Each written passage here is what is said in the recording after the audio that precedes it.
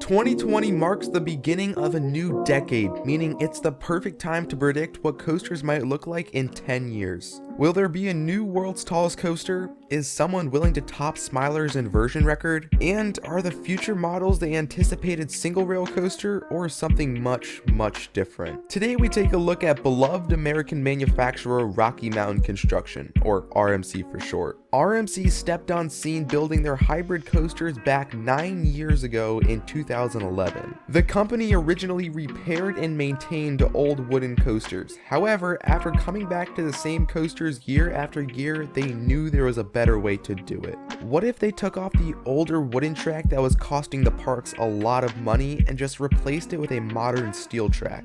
This was the beginning of the RMC hybrids.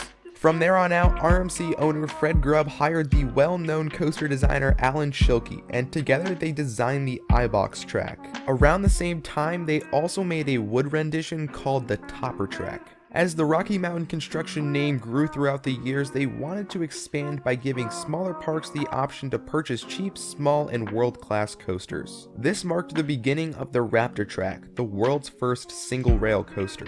Though it's been a debate among longtime coaster enthusiasts if this is truly the world's first single-rail coaster, you can't deny that it's original. With RMC nearly 2 decades old, we take a look at their current coaster models and see how they have changed throughout the years and how they might look in another decade. How far will RMC go? What are their limits? And the big question, what's necessary? RMC somehow managed to make elements like the 0G stall, step up underflip, and even the 270-degree double inverting stall possible. As of 2020, Rocky Mountain Construction has built 21 coasters in the United States, Europe, and even Asia. The future of this company looks truly unmatchable. So, what heights can we expect RMC to reach? If you're new to the channel and enjoy the content, consider clicking that subscribe button down below for more videos just like this every week. Also, I'm bringing back weekly shoutouts, so today's shoutout goes to William Matthew. If you want to get featured in my next video, then just write something in the comments down below. If I like it, you'll be in my next vid. Anyways, let's talk about RMC's defining model, the hybrid coaster. RMC has changed the industry with this model, and they're not slowing down anytime soon. We now have these monsters called the hyper hybrids. Summed up, these hyper hybrids are the next generation hypercoaster. Of course, if you want a traditional hypercoaster with a large drop and several airtime moments, you can go to manufacturers like B&M, Intamin, Mach, and even Vekoma showed interest in a hypercoaster once. If there is an exception to that list, it would definitely be Intamin. We now know for a fact that Intamin's newer projects like the Park Asterix coaster, the Wallaby Belgium coaster, and Pantheon,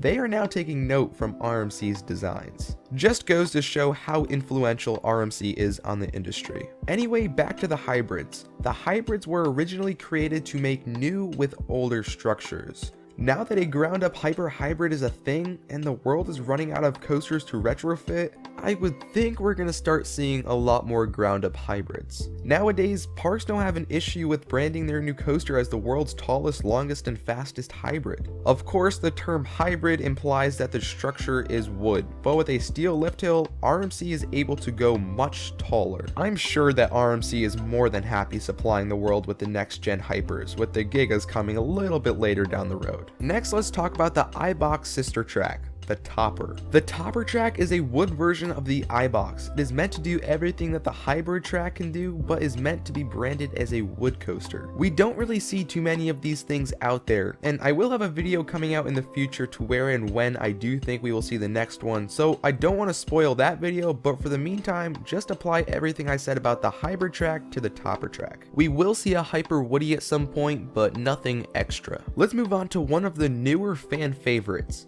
the Raptor. This is that single rail track we were getting at earlier, and it's meant for coasters to reach heights between 100 and 200 feet. We know for a fact that the Raptor track is meant to max out at 200 feet tall, so anything more would just be for the T-Rex. Something about the Raptors are that it is a very compact model and can really fit anywhere. One of these prototypes fit into a spot that once housed a boomerang. Yeah, these things are small. As far as the future of this model, I hope to see parks add more. From the looks of it, Magic Mountain might be getting something along the lines of a Jersey Devil clone for the 2021 season. When we look at rides like Railblazer, that's just a prototype. They still have to build taller and longer, so I think it's a fair bet that we will see some larger ones come in the future. Think something like Jersey Devil. So far, I've been giving a brief overview for each of RMC's 3 different track designs, and that's mostly because for the future, I don't see it being too much different than what we have now. Don't get me wrong, the Hyper Hybrids can get 50 plus feet taller and much longer, but I don't see RMC doing anything groundbreaking like building a 300-foot hybrid. With that all said, we're now going to take a look at the TRex track. This TRex track is a much larger version of the Raptor track and is meant for at least 300 feet. This is where we can let our theories run wild because we know nothing about this model other than it's going to be pretty tall. We're